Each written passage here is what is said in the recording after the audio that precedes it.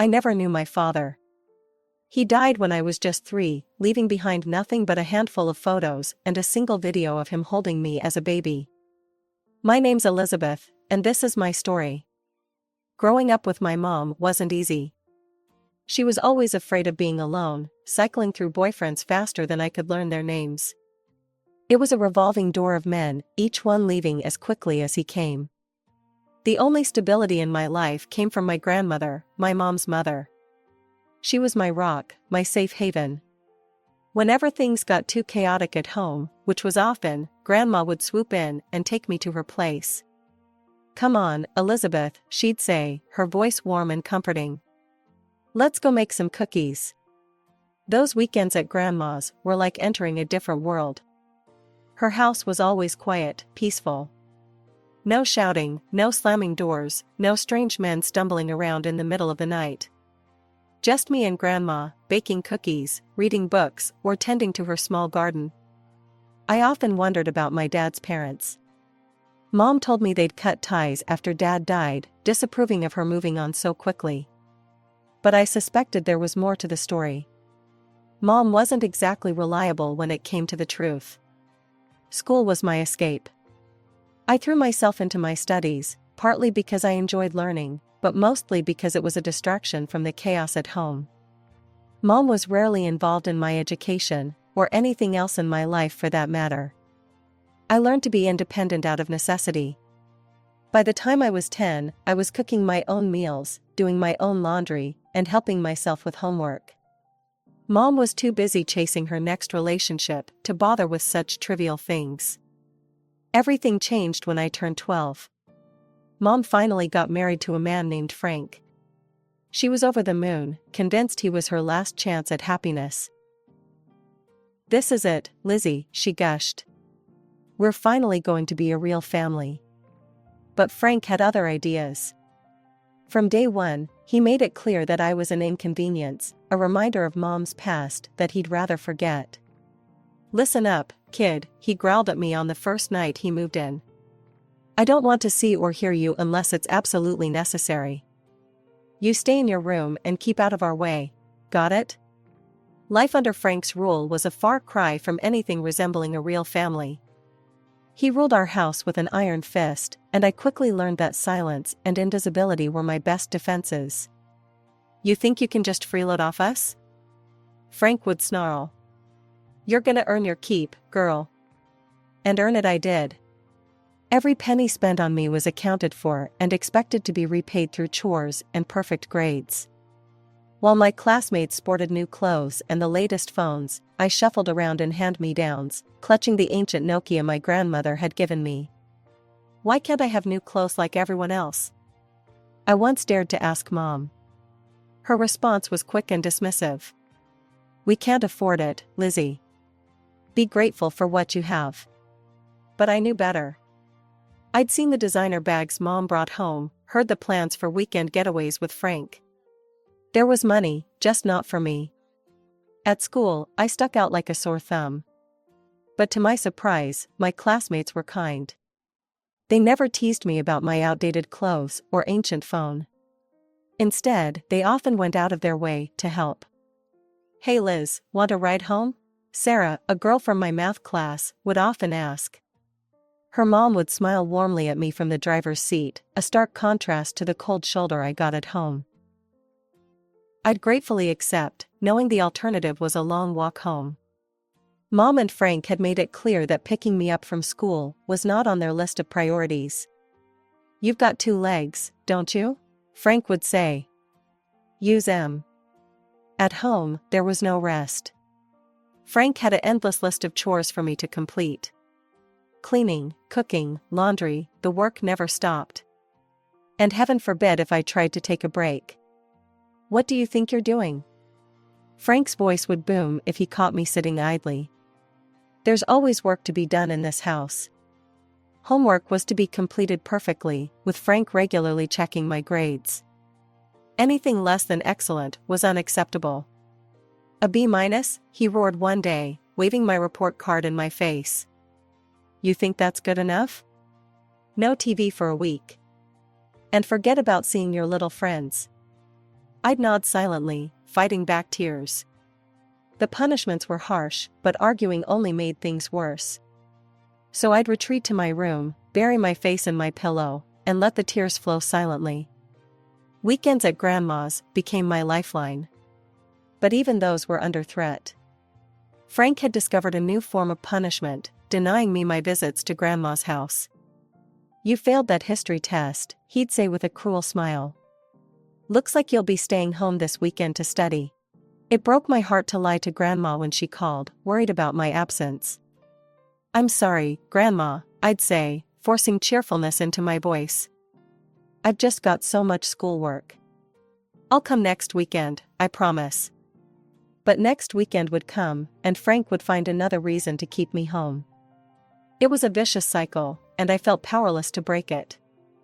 As I approached my 15th birthday, I made a decision. I needed some independence, some way to escape the suffocating control at home. So I applied for a job at the local diner. To my surprise, Frank approved. "About time you started contributing," he grunted. The diner became my sanctuary. The owner, a kind-hearted woman named Marge, took me under her wing from day one. She was everything my mother wasn't: caring, attentive, and genuinely interested in my life. She'd often let me leave early, especially on weekends. Those stolen hours with Grandma were precious. I'd arrive at her house, breathless and grinning, and she'd welcome me with open arms. "Elizabeth, my dear, what a lovely surprise," she'd exclaim, pulling me into a warm hug. I never told Grandma the whole truth about life at home. I couldn't bear to see the worry in her eyes, or worse, risk her confronting Mom and potentially losing my visitation rights altogether. So I kept my struggles to myself, painting a rosier picture than reality. As my 18th birthday approached, a tiny spark of hope flickered in my chest. Maybe, just maybe, things would change. Perhaps Mom and Frank would finally see me as an adult, worthy of respect and kindness. How naive I was. The morning of my 18th birthday, I woke up with a mixture of excitement and apprehension. I got dressed carefully, putting on the nicest outfit I owned, a hand-me-down blouse from a cousin and a skirt I'd found at a thrift store. Taking a deep breath, I stepped out of my room, half expecting balloons or a happy birthday banner. Instead, I was met with Mom's cold stare. "Oh good, you're up," she said, her voice devoid of any warmth. "I have news. I'm pregnant. We'll need your room for the baby. You can go wherever you want, but you can't stay here anymore." I stood there, stunned. Of all the scenarios I'd imagined for my 18th birthday, this hadn't even been on the list. "But, this is my home," I stammered, my voice barely above a whisper. Mom's eyes hardened. "This is my house, Elizabeth. You've been a burden on Frank for far too long. I need a calm environment for my pregnancy, and frankly, you stress him out." I couldn't believe what I was hearing. A burden? A source of stress? Was that all I was to them? "Where am I supposed to go?" I asked, fighting back tears. Mom shrugged, her indifference like a knife to my heart. "Go live with your grandmother. Get a job. I don't have money for college, so you're on your own there. But I expect you to come back daily to clean the house while Frank's at work. I can't do it in my condition." With that, she thrust a hastily packed bag into my hands and all but pushed me out the door. The lock clicked behind me with a chilling finality. I stood on the porch, my meager possessions at my feet, trying to process what had just happened. On my 18th birthday, instead of celebration, I'd been discarded like yesterday's trash. I trudged up the familiar path to Grandma's house, my eyes red and puffy from crying. Before I could even knock, the door swung open, and there stood Grandma, her face lighting up at the sight of me. "Elizabeth, happy birthday, my dear," she exclaimed, pulling me into a warm embrace. Then, noticing my tear-stained face and the bag at my feet, her expression shifted to concern. "What's wrong, sweetheart?" I broke down again, sobbing into her shoulder as I recounted the morning's events. Grandma listened, her face a mix of shock and anger. "That girl. I can't believe she'd do this to her own daughter," she muttered, shaking her head. Then, squeezing my shoulders gently, she said, "Well, you're always welcome here, Elizabeth. Always." She ushered me inside, where I was greeted by the mouth-watering aroma of freshly baked cookies, my favorite chocolate chip ones. "I was hoping you'd stop by today," Grandma said with a wink. "Come on, let's get some food in you." As I sat at the kitchen table, surrounded by all my favorite treats, I felt the knot in my chest begin to loosen. Grandma bustled around, pouring me a glass of milk and piling a plate high with cookies, mini sandwiches, and fruit. "Now," she said, sitting across from me, "we're not going to let your mother's foolishness ruin your special day. Why don't you call up some of your friends? We'll have a little party right here in the backyard." Overwhelmed with gratitude, I hugged her tightly before reaching for my phone. Within an hour, several of my classmates had arrived, bearing gifts and warm wishes. The backyard was soon filled with laughter and chatter. The smell of grilling burgers and hot dogs wafted through the air as we played games, shared stories, and simply enjoyed each other's company. For the first time in years, I felt truly celebrated. As the afternoon wore on, I made frequent trips into the house to refill the pitcher of Grandma's famous homemade lemonade. During one such trip, I overheard Grandma on the phone in the living room. "Yes, that's right. It's time," she was saying, her voice low but firm. "I think you should come as soon as possible. Tomorrow morning would be perfect." I paused, curious. Who was she talking to? And what was it time for? But before I could ponder further, I heard her wrapping up the call. "All right, I'll see you then. Thank you," she said before hanging up.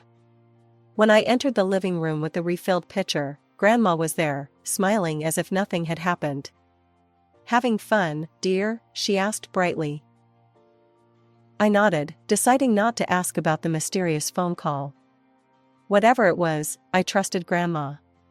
After all, she was the one person who had never let me down. The morning after my birthday, I woke up in Grandma's guest room, feeling more rested than I had in years. I was helping Grandma with the dishes when there was a knock at the door. To my utter shock, it was Mom. "Elizabeth," she said, her voice uncharacteristically soft. "Can we talk?" I stood frozen, unsure how to respond. Grandma gently squeezed my shoulder and nodded, so I stepped aside to let Mom in. She looked different. Smaller somehow, and definitely nervous. In her hands, she clutched a gift-wrapped package. "I'm sorry about yesterday," Mom began, her eyes darting around the room. "I don't know what came over me. Here, I got you a birthday present." I took the package mechanically, too stunned to speak. "Please, Elizabeth," Mom continued, her voice taking on a pleading tone. "Come home. We can work this out." Grandma, who had been quietly observing, spoke up. "I'm glad you've come to your senses, dear," she said to Mom, her tone firm but not unkind. "But I'm afraid it's too late to change things now." Mom opened her mouth to argue, but at that moment, the front door opened. An elderly couple stepped in, and I watched in confusion as all the color drained from Mom's face. "Hello, Elizabeth," the woman said warmly, her eyes crinkling at the corners. "Happy belated birthday." The man beside her smiled and added, "We've been waiting a long time to meet you, sweetheart." Grandma stepped forward. "Elizabeth, these are your paternal grandparents. I asked them to come." My mind was reeling. The grandparents I'd never known, the ones Mom had always said wanted nothing to do with me, were here? And Grandma had invited them? They enveloped me in a warm hug, and I found myself instinctively relaxing into their embrace. "We have a lot to tell you, Elizabeth," my grandfather said, his voice gentle but firm. "Starting with the truth about your home." Over the next hour, they unraveled a story that left me speechless. The house I'd grown up in, the one I'd been unceremoniously kicked out of just yesterday, actually belonged to me. It had been left to me by my father and put in my name by my paternal grandparents after his death. "Your mother was allowed to live there with you," my grandmother explained, shooting a pointed look at Mom, who seemed to shrink under her gaze. "But now that you're 18, it's your decision who lives there." I sat there, trying to process this bombshell. All those years of feeling like a burden, of being told I should be grateful for a roof over my head, and the house had been mine all along? I own the house? I stammered, my mind struggling to grasp this new reality. My grandparents nodded, while Mom sat silent. As I sat there, still reeling from the revelation about the house, my paternal grandmother gently took my hand. "There's more, Elizabeth," she said, her voice soft but firm. My grandfather nodded, his eyes filled with a mixture of sadness and resolve. "We've been sending your mother a monthly allowance ever since your father passed away," he explained. "It was meant to cover your expenses, clothes, school supplies, anything you needed." I felt my jaw drop. All those years of wearing hand-me-downs, of being told we couldn't afford new clothes or school trips. Had it all been a lie? "We wanted to be part of your life, to help raise you," my grandmother continued. "But your mother, she was against it." I glanced at Mom, who was standing in the corner of the room, her face a mask of discomfort and shame. "We didn't want to cause any trouble," my grandfather added. "So we kept in touch through your grandmother here. She's been sending us photos and updates about you all these years." Grandma nodded, squeezing my shoulder supportively. "And that's not all," my grandmother said. "We've been saving for your college education. We gave the money to your mother to set aside for you." I felt like I'd been punched in the gut. "College money?" I echoed, my voice barely above a whisper. I turned to Mom, who was now visibly squirming.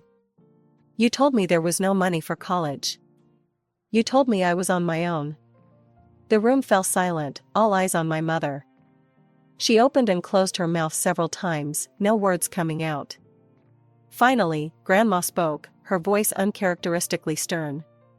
"Tell her the truth, Amanda. You owe her that much." Mom's face cycled through various shades of red and white. We," she stammered, then took a deep breath. "Frank and we spent the money." The silence that followed was deafening. I felt like I was in a surreal dream, or rather, a nightmare. "You did what?" My paternal grandmother's voice cut through the silence, sharp as a knife. Mom flinched. We needed it. We bought a car," she finally blurted out. "A car?" my grandfather repeated incredulously. "A luxury car," Mom added, as if that somehow made it better. "We needed it. Frank's job, appearances are important, you know." I stared at her, unable to comprehend the level of selfishness and deceit. All those years of scrimping and saving, of being told I was a burden, and they had been living it up with money meant for me? The room fell into a stunned silence as the magnitude of my mother's betrayal sank in. I felt a surge of anger rise within me, hot and fierce. "You're a fraud," I spat out, my voice trembling with rage. "You kicked me out of my own house after robbing me blind for years." Mom's eyes widened, and she held up her hands defensively. No, Elizabeth, you've misunderstood everything," she pleaded. I was going to surprise you for your birthday. I was going to tell you about the house and the money." I couldn't help it, I let out a bitter laugh. "Oh, you surprised me all right," I said, my voice dripping with sarcasm. "Kicking me out on my 18th birthday was quite the surprise." "Congratulations, Mom. Mission accomplished." My paternal grandfather stepped forward, his face stern. "Amanda," he said, addressing my mother, "you need to return the money for Elizabeth's education. Immediately." Mom's face contorted with anger. "I'm not giving anything back," she shrieked. "Do you have any idea how hard it's been raising her on my own? That money is compensation for everything I've done." I couldn't believe what I was hearing. "Everything you've done?" I echoed incredulously. "You mean neglecting me, making me feel like a burden, and stealing from me?" Mom turned to me, her eyes wild. "Elizabeth, stop this nonsense and come home right now," she demanded. Something inside me snapped. "It's my house, and I want you and Frank out. Now." Mom's face crumpled, and she pointed at her stomach. But I'm pregnant," she whimpered. "You can't throw us out. Where will we go?" I looked at her, really looked at her, and felt nothing. No sympathy, no guilt, just a profound weariness. I could see that while her pregnancy might be real, her tears were just another manipulation tactic. "That's not my problem," I said quietly. "You should have thought about that before you stole my future." Grandma stepped forward and put her arm around my shoulders. "I think it's time for you to leave, Amanda," she said firmly. "You've done enough damage." As Mom continued to sob and plead, my paternal grandparents exchanged a look. "We'll be pursuing legal action to recover the stolen funds," my grandfather stated. "And we'll be helping Elizabeth secure her property." I watched as my mother's face cycled through shock, anger, and fear. For the first time, I saw her for what she truly was, not the loving mother I'd always longed for, but a selfish, manipulative woman who had put her own desires above her child's well-being. The weeks following that fateful confrontation were a whirlwind of legal consultations, paperwork, and emotional upheaval. With the support of my grandparents, both sets of them, I found the strength to stand up for myself and pursue justice. We filed multiple lawsuits, one for compensation for moral damages, another for the misuse of the monthly allowance my paternal grandparents had been sending, and a third for the return of my college fund. Each document I signed felt like a step towards reclaiming my life. The most difficult lawsuit to file was the eviction notice for Mom and Frank. Despite everything, a small part of me still hesitated. Was I doing the right thing? "You're not leaving them homeless, Elizabeth," Grandma reassured me, sensing my doubt. "They're adults who made their choices. Now it's time for you to make yours." The day of the court hearing arrived all too quickly. I sat in the courtroom, my stomach in knots, as the judge reviewed our case. Mom and Frank sat on the other side, shooting me venomous glares. As the judge began to speak, I held my breath. "In the case of Elizabeth versus Amanda and Frank Thompson, this court finds in favor of the plaintiff, Elizabeth." The relief that washed over me was indescribable. The judge continued, detailing the court's decision: full compensation for moral damages, repayment of all misused funds, return of my college fund, and the eviction of Mom and Frank from my house. I watched as Mom's face contorted with rage. She jumped to her feet, screaming obscenities, while Frank sat stone-faced beside her. As the bailiff escorted them out, Mom's final words rang in my ears. "You ungrateful brat. After everything we've done for you." Those words, once so hurtful, now held no power over me. I knew the truth, and no amount of guilt-tripping could change that. The following weeks were a flurry of activity. Mom and Frank moved out, leaving the house in a state of disarray. It was cathartic, in a way, to clean and reorganize, erasing the traces of their presence from my life. With my newly recovered funds, I was able to enroll in a prestigious college in another city. The day I received my acceptance letter, I cried tears of joy, something I hadn't done in years. As I packed for college, I couldn't help but reflect on the whirlwind of changes in my life. In just a few short months, I'd gone from a neglected, gaslighted teenager to a homeowner and college student with a supportive family. The day of my departure was bittersweet. I hugged Grandma tightly, promising to call often. "Don't worry about the house," she assured me. "I'll keep an eye on things while you're gone." My paternal grandparents drove me to my new campus, helping me move into my dorm room.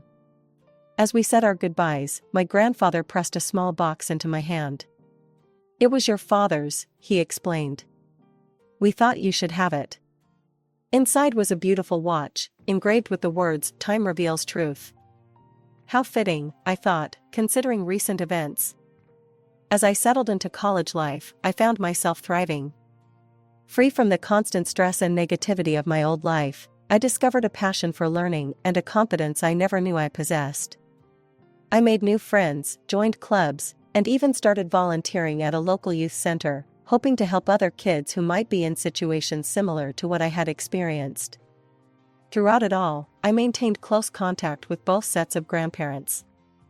Weekend visits home became something I looked forward to, filled with love, laughter, and the warmth of true family.